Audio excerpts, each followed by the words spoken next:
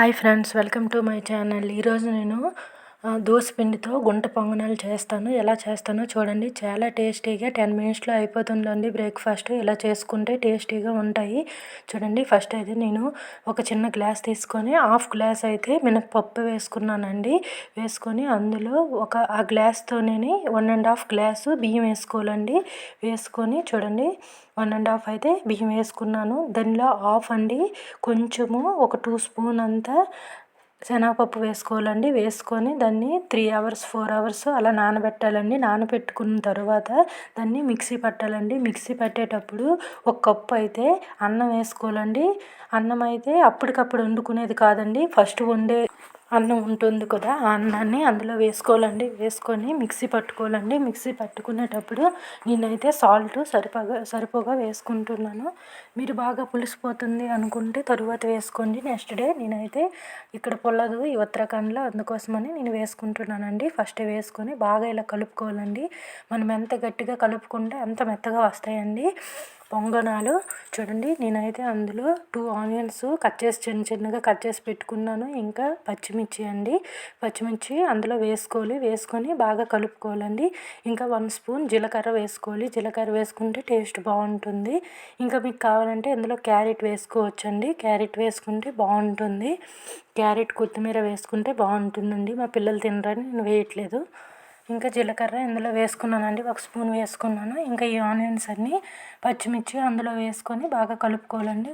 బాగా కలుపుకొని గుంట పొంగనాలు ఉంటాయి కదా, ఆ ఫ్యాన్లో కొంచెం ఆయిల్ వేసి అందులో అయితే మనము పెట్టుకోవాలండి. చూడండి, చూపిస్తాను. కొంచెం వేసి అయితే ఆయిల్ అయితే వేసుకోవాలండి. కొద్దిగా వేస్తే సరిపోతుంది. వేయకపోయినా పర్వాలేదు, చాలా బాగా వస్తాయండి. నేనైతే కొంచెం ఆయిల్ వేసుకుంటున్నాను. వేసుకొని ఇప్పుడు మనము బాగా కలిపి పెట్టుకునే పిండి ఉంది కదా, దాన్ని కొంచెంగా వేసుకోవాలండి. అందులోన వేసుకొని చూడండి, మనం ఎప్పుడైనా ఇవి వేసేటప్పుడు సిమ్లోనే పెట్టుకొని ఉంచుకోవాలండి. హైలో పెడితే వేగంగా మాడిపోతుంది, లోపల ఉడకకుండా ఉంటుందండి. అందుకోసమని మనము సిమ్లో పెట్టుకొని ఇలా వేసుకోవాలి. వేసుకొని ఒక 2 మినిట్స్ ఉంటే ఇవి తొందరగా అయిపోతుందండి. ఈ టిఫిన్ అయితే చాలా టేస్టీగా ఉంటుంది. మీరు కూడా ఇలా ట్రై చేయండి. చూడండి, ఇలా వేసుకొని ఒక 2 మినిట్స్ ఇలా మూత పెట్టి ఉంచుకుంటే అది అయిపోతుందండి. అయిపోయాక మనము రిటర్న్ తిప్పాలండి. రివర్స్ తిప్పుకొని మరొక 1 మినిట్ ఉంచితే అయిపోతుంది. చూడండి, చాలా బాగుంటాయి. టేస్ట్ అయితే చాలా బాగుంటాయి. పిల్లలు అయితే చాలా ఇష్టంగా తింటారండి. ఇవైతే చాలా చిన్నగా ఉంటాయి కదా, పిల్లలకి చాలా ఇష్టపడుతుంది. చూడండి, అన్నీ అయితే ఇలా వేసుకోవాలి. వేసుకొని మనము కొద్ది టైము 2 మినిట్స్ ఉంచి మూత పెట్టుకోవాలండి. చూడండి, అన్నీ ఇలా వేసుకుంటున్నాను. మీకు కావాలంటే పచ్చిమిర్చి ఎక్కువగా వేసుకోవచ్చు, పిల్లలు తింటారు. నేనైతే కొద్దిగా పచ్చిమిర్చి వేసానండి, చిన్నగా కట్ చేసి కనిపించకుండా వాళ్ళకి.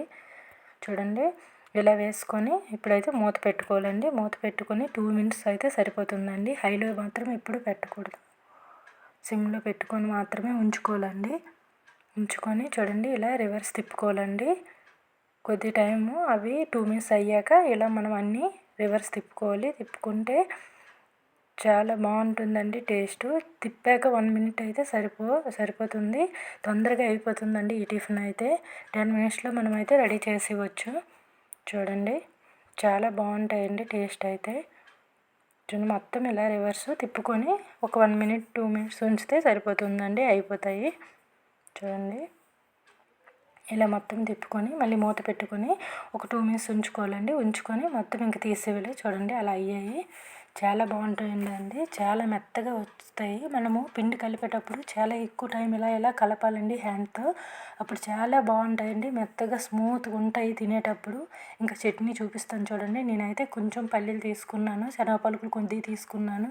ఇంకా కొబ్బరికాయ కొంచెం తీసుకున్నాను. 2 పచ్చిమిర్చి తీసుకున్నానండి. పచ్చిమిర్చి అయితే వేసుకున్నాను. జీలకర్ర 1 స్పూన్ వేసుకోవాలండి. వేసుకొని ఇప్పుడు ఇవి కొద్దిగా ఫ్రై అయ్యాక ఇందులో మనము శనగ పలుకుల్ని వేయాలండి. వేసి ఫ్రై చేయాలి. ఇవి మాత్రం రెడ్గా అయ్యేటట్లు ఫ్రై చేయాలండి. చేస్తే మంచి స్మెల్ వస్తుంది. ఇంకా కొంచెం చింతపండు మాత్రం మర్చిపోకూడదండి. చింతపండు వేసుకొని దానికి సరిపగా సాల్ట్ వేసుకోవాలండి. వేసుకొని ఇప్పుడైతే కొబ్బరికాయ మాత్రం ఫ్రై చేయకూడదండి, చేస్తే టేస్ట్ బాగుండదు. ఇంకా ఫ్రై చేయకుండా ఇలా పచ్చి కొబ్బరికాయ వేసేయాలండి. వేసేసి ఇప్పుడు మనం పల్లీలు ఫ్రై చేసాం కదా, అవి కూడా అందులో వేసుకోవాలి. వేసుకొని మిక్సీ పట్టుకోవాలండి. చాలా బాగుంటుందండి టేస్ట్. షాప్లో ఉండే చట్నీలా ఉంటుందండి ఇలా చేసుకుంటే చట్నీ. దీన్ని దోసతో అయినా ఈ పొంగనాలతో అయినా చాలా బాగుంటుందండి.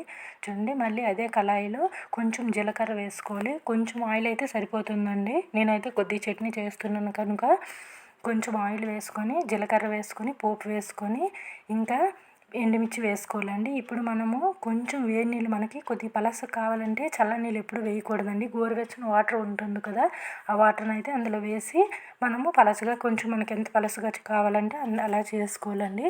చేసుకుంటే బాగుంటుంది. చల్లనీళ్ళు వేసామంటే టేస్ట్ బాగుండదు. ఇంకా మనము ఆ తాలింపునంతా ఇందులో వేసుకోవాలండి. మళ్ళీ ఇది వేడి చేయకూడదు. ఇలా ఉండేటప్పుడే ఆ తాలింపు ఇందులో వేసుకోవాలి. చూడండి, చాలా బాగా రెడీ అయిపోయేవి. టేస్ట్ అయితే సూపర్గా ఉంటుంది. మీరు కూడా ఇలా ట్రై చేయండి. ఓకే ఫ్రెండ్స్, మా వీడియో మీకు నచ్చినట్లయితే సబ్స్క్రైబ్ చేయండి, లైక్ చేయండి. Okay, bye.